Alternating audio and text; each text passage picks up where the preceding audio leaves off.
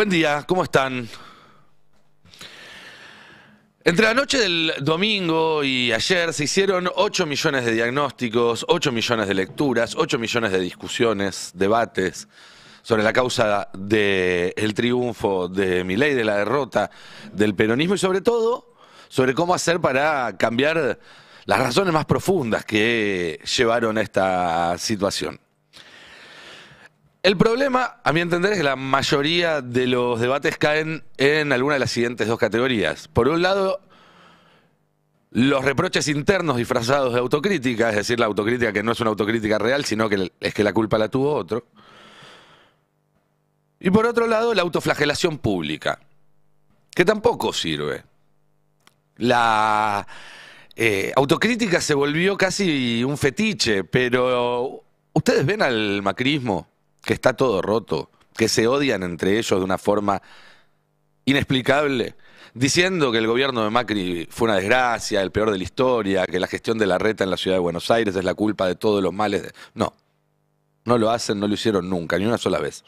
¿Ustedes escucharon alguna vez a Patricia Bullrich o a Sturzenegger hacer autocrítica por De la Rúa?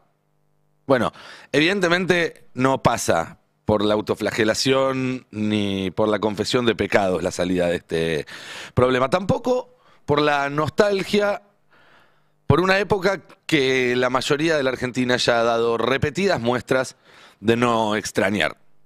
La salida evidentemente está adelante y no está atrás. Otra cosa que se dijo mucho en estos días y con lo que sí estoy un poco más de acuerdo es que hay que volver a representar y que hay que tener un proyecto, volver a tener un proyecto. El punto es representar a quién y con qué proyecto. Y esa es la discusión que hay que empezar a dar hoy mismo. ¿En qué términos? Bueno, Perón decía que hay que hablar mucho de idea, algo de cosas y poco de personas.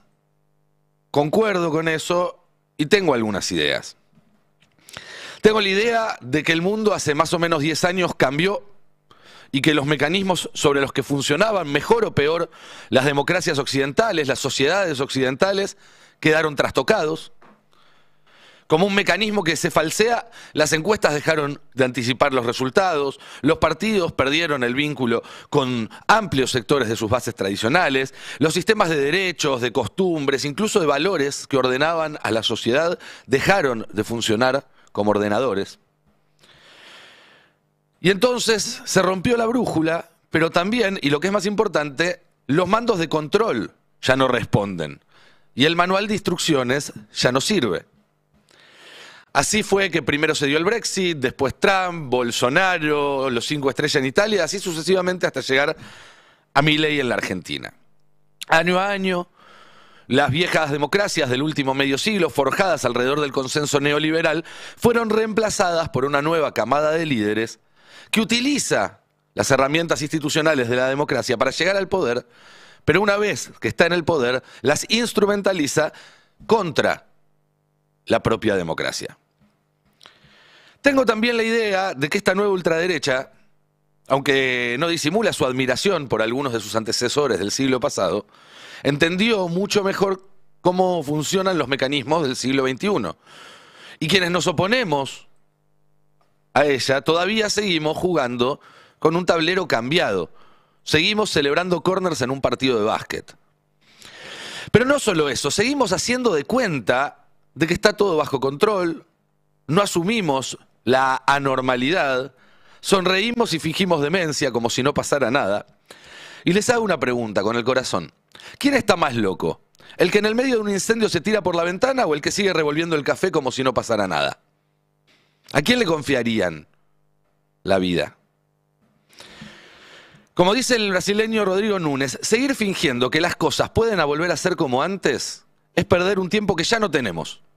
Y garantizar que pronto vamos a vivir en un mundo en el que los desastres naturales, los conflictos sociales y la represión sin precedentes va a ser la nueva normalidad.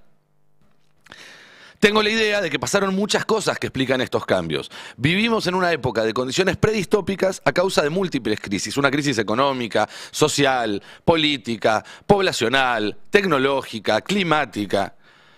También tengo la idea de que todas esas crisis son concéntricas y tienen un mismo problema central en su origen, que es el ciclo inédito de acumulación de capital, de dinero y de poder en muy pocas manos que se dio en los últimos 15-20 años. Los famosos supermillonarios. Esto ya lo conté alguna vez, pero me parece interesante para graficar de qué se trata. Si te dieran $1 por segundo toda tu vida, 1, 2, 3, 4, tardarías menos de 2 semanas en ser millonario. Y de esa forma estar en el 1% más rico del planeta. Pero tardarías más de 30 años en juntar $1.000 millones de dólares, que es el piso que pone la lista de Forbes para hablar de estos supermillonarios. Y para juntar la plata que tiene un tipo como Elon Musk, no te alcanzarían ni 10.000 años si te dieran $1 por segundo, todos los segundos de tu vida. Mientras dormís, mientras estás despierto, mientras comés, mientras trabajás, cuando vas al trabajo, $1, 2, 3, 4, más de 10.000 años para juntar la fortuna que tienen tipos como Elon Musk. Son niveles de desigualdad completamente incompatibles, no solo con la democracia, sino con la idea misma de que todas las personas tienen derecho a una vida digna, o incluso a una vida, y punto. Y si nos fijamos quiénes componen en su 90% este grupo de supermillonarios, nos vamos a llevar o no la sorpresa de que son los dueños de megacorporaciones tecnológicas y los de grandes fondos de inversión o bancos privados. Exactamente los mismos que están funcionando públicamente como intermediarios del pacto entre Milei y Trump, del pacto de entrega de la Argentina. Son supermillonarios que llevan 50 años tejiendo una telaraña global de empresas, sellos, paraísos fiscales, vacíos legales, servidores, algoritmos, lobby, para atrapar cada dólar que esté suelto. Sobre todo sustrayéndolo de las arcas públicas a través de mecanismos de evasión. Y si tenemos una casta de unos pocos miles de personas que acumulan 1/3 o más de la riqueza del planeta y no pagan impuestos por esa riqueza, bueno, entonces es evidente que en esas condiciones la función social de los estados no se puede sostener y que lo único que se puede sostener es en todo caso el aparato de vigilancia y represión. Es evidente que no hay manera de que se mantenga en el tiempo la legitimidad de un sistema basado en que los que menos tienen paguen más de lo que pueden y a los que no paran de acumular no se les cobre ni un centavo. Y estos supermillonarios apoyan explícitamente la aceleración del estado de malestar y le brindan a la ultraderecha apoyo económico, logístico, algorítmico y hasta marco teórico, porque saben que a la larga la democracia es incompatible con sus planes supremacistas, pero también porque saben que la única manera de revertirlos es que aparezca una política que le ponga un tope a su derecho a acumular infinitamente. Milei es el representante más acabado de esas políticas esponsoreadas por los supermillonarios. Por lo tanto, quienes se oponen a Milei necesariamente deben articular una respuesta a ese estado de malestar, al fascismo neoliberal y al gobierno de los supermillonarios. Que no sea una nostalgia por los mecanismos perimidos de la democracia liberal que ya no funcionan y que además fueron los que generaron las condiciones que hicieron nacer a este monstruo. Y esa es la respuesta a la primera pregunta. ¿Quién tiene que representar el peronismo? Y llamamos peronismo a todo lo que se oponga a esto, porque en este escenario de polarización claramente son las dos identidades que hay en la Argentina. Bueno, a todos los que no somos esos supermillonarios, a todos los que no estamos beneficiados por este sistema que es una aspiradora que chupa pesos de abajo, dólares de abajo y los lleva para arriba. A todos los perjudicados por vivir en esta ley de la selva, en el que cada uno tiene muchos depredadores por encima en la cadena alimentaria. Desde el más humilde de los desplazados en una barriada de algún conurbano de este país, hasta el empresario que está al borde de la quiebra por las políticas de apertura y de entrega. Pero representar requiere un compromiso, no solo la voluntad, no solo las ganas, y tiene como requisito excluyente comprender. Y me parece que hay un gran problema de comprensión entre la oposición política y muchos sectores a los que debería representar si quiere volver a ser mayoritaria. Y para comprender hay que escuchar. Y una vez que se escuchó y se entendieron las demandas de todos esos sectores, ahí sí empezar a responder la segunda pregunta. ¿Cuál es el proyecto que permite asumir esa representación más amplia? Dándole a todos, quizás un poco menos de los que ellos creen que me merecen, pero un poco más de lo que necesitan. En vez de seguir tratando de que funcionen los mecanismos que ya sabemos que están falseados, hay que ponerse a imaginar una máquina nueva.